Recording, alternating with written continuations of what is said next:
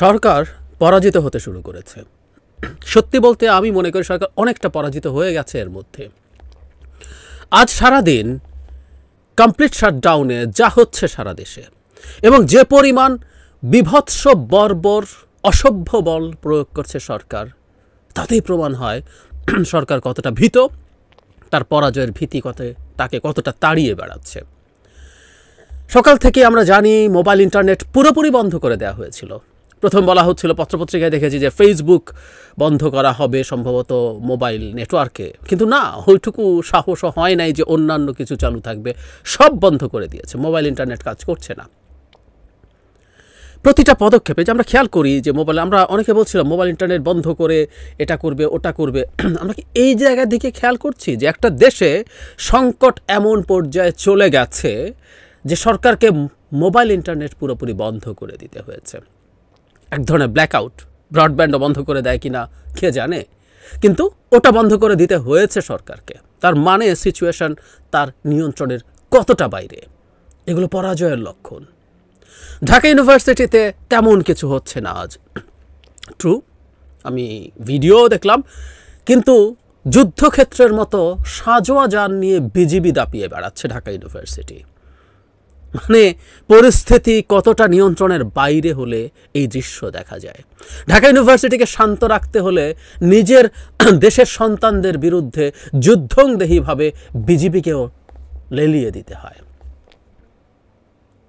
অনেকেই বলছেন অবশ্য বিজিবি প্রসঙ্গে, সীমান্তে একের পর এক হত্যা যখন চলে, বিজিবি মাইকিং করে সীমান্তে না যাওয়ার জন্য, সীমান্ত রক্ষা বাদ দিয়ে নিজের দেশের মানুষের উপরে খুব ভালোই তারা অস্ত্র দেখাচ্ছে। কিন্তু যাই হোক, যেটা বলছিলাম, এই দৃশ্য প্রমাণ করে কোন জায়গায় গেছে।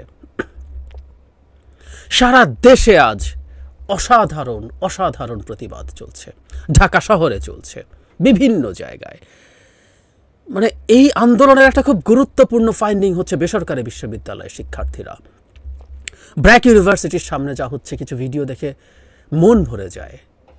একেবারে নিরস্ত্র, একেবারে সাধারণ টিন বা মাত্র টিন সময়টা পার হয়েছে, আর্লি 20s শিক্ষার্থীরা পুলিশের দিকে এগিয়ে যাচ্ছে, কি বিপুল বিক্রম নিয়ে, কি সাহস নিয়ে, যাদেরকে একসময় আমরা অনেকেই সমালোচনা করেছি। আমার নিজের মধ্যেও কিছুটা সমালোচনা তাদের প্রতি ছিল। মনে হতো ওরা নিজের গায়ে লাগে ভ্যাট মুভমেন্ট ছাড়া আর কিছুতেই তারা পার্টিসিপেট করবে না।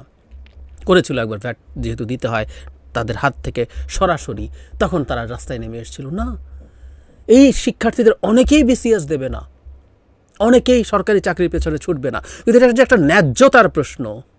এবং তাদের মুখে মূল যে স্লোগানটা, সেটা হচ্ছে এই মুহূর্তে যেটা দাঁড়িয়ে গেছে, দেশের বিভিন্ন জায়গায় শিক্ষার্থীদের উপরে হামলায় শত শত হাজার হাজার আহত, বেশ কয়েকজনের মৃত্যু, সেটার প্রতিবাদে তারা রাস্তায় নেমেছে। আজ মন ভরে যায়। পরাজয় সরকারের। যেই ক্লাসটা, যেই শ্রেণীটা কখনো এই ধরনের বিষয়ে নামেনি, তেমন একটা, তারাও আজকে উজ্জীবিত হয়ে গেছে। বিভিন্ন জায়গায় শিক্ষার্থী, ছোট ছোট শিক্ষার্থীরা, তাদেরকে পেটানো হচ্ছে। এই যে প্রতিটা বাড়ি দেওয়া হচ্ছে এই শিশুদেরকে, স্কুলের শিশুরা বিভিন্ন জায়গায়, ঢাকার বাইরেও অনেক জায়গায় নেমেছে। ভিডিওতে দেখেছি পেটানো হচ্ছে, একটা বাচ্চা মেয়েকে পিটাতে পেটাতে ফেলে দেওয়া হয়েছে, সেরকম দৃশ্য দেখেছি।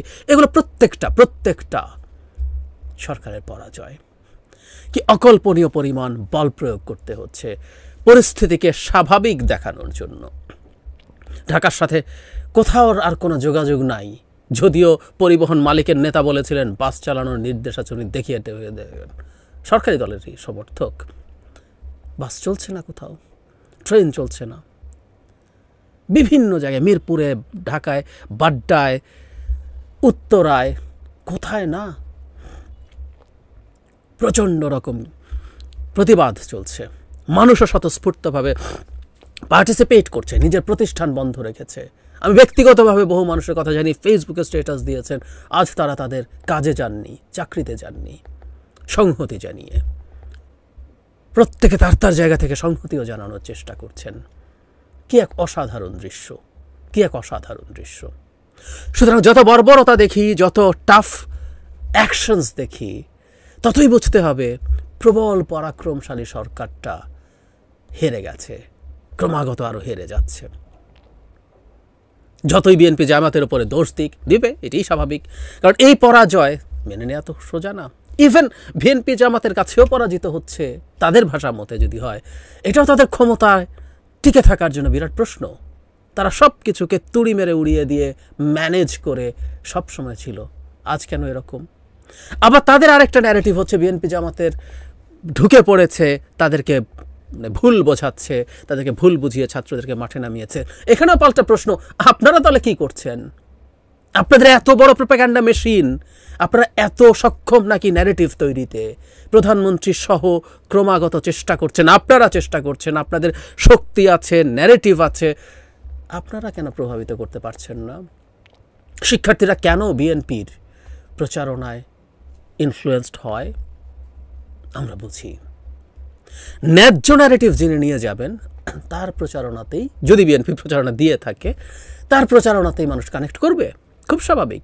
এই মুহূর্তে দেশ ন্যায় আর অন্যায় দুভাগে ভাগ হয়ে গেছে, মাঝামাঝি কিছু নাই।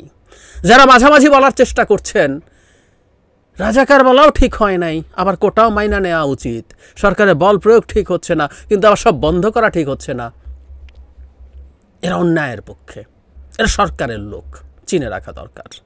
আবার একই সাথে সরকারের বেশ কিছু বেনিফিট ভোগী, ছাত্রলীগ তো আছেই, মুখোশধারী কিছু বিভিন্ন সেক্টরের লোকজনও ইদানিং স্ট্যাটাস দিয়ে চেষ্টা করছে দেখাতে। এটাও সরকারের পরাজয় বলে মনে করি। তারা মনে করছে পরাক্রমশালী সরকার টিকে থাকবে না, পাল্টে যেতে পারে, তাদের মনে হচ্ছে। আমি তাদের স্ট্যাটাস দেখে, এটাই আমার ইন্টারপ্রিটেশন, যে আমি একটু একটা স্ট্যাটাস দিয়ে একটু দেখাতে পারি যাতে সরকারের পতন হয় না, আমি তো এই আন্দোলনের সাথে ছিলাম। সো নানা ফ্রন্টে সরকার হেরে যাচ্ছে, পরাজয়ের লক্ষণ খুব স্পষ্টভাবে আমাদের সামনে আসতে শুরু করে দিয়েছে। আমি বিশ্বাস করি এত কিছুর পরও যখন এই আন্দোলনকে ধ্বংস করা যায়নি, এই আন্দোলনকে ধ্বংস করা যাবে না। এটা অন্যায় আর ন্যায়ের বিরুদ্ধে আন্দোলনে পরিণত হয়েছে, এটা ন্যায়ের পক্ষ অন্যায়ের বিরুদ্ধে আন্দোলন করছে, সেই জায়গায় চলে গেছে।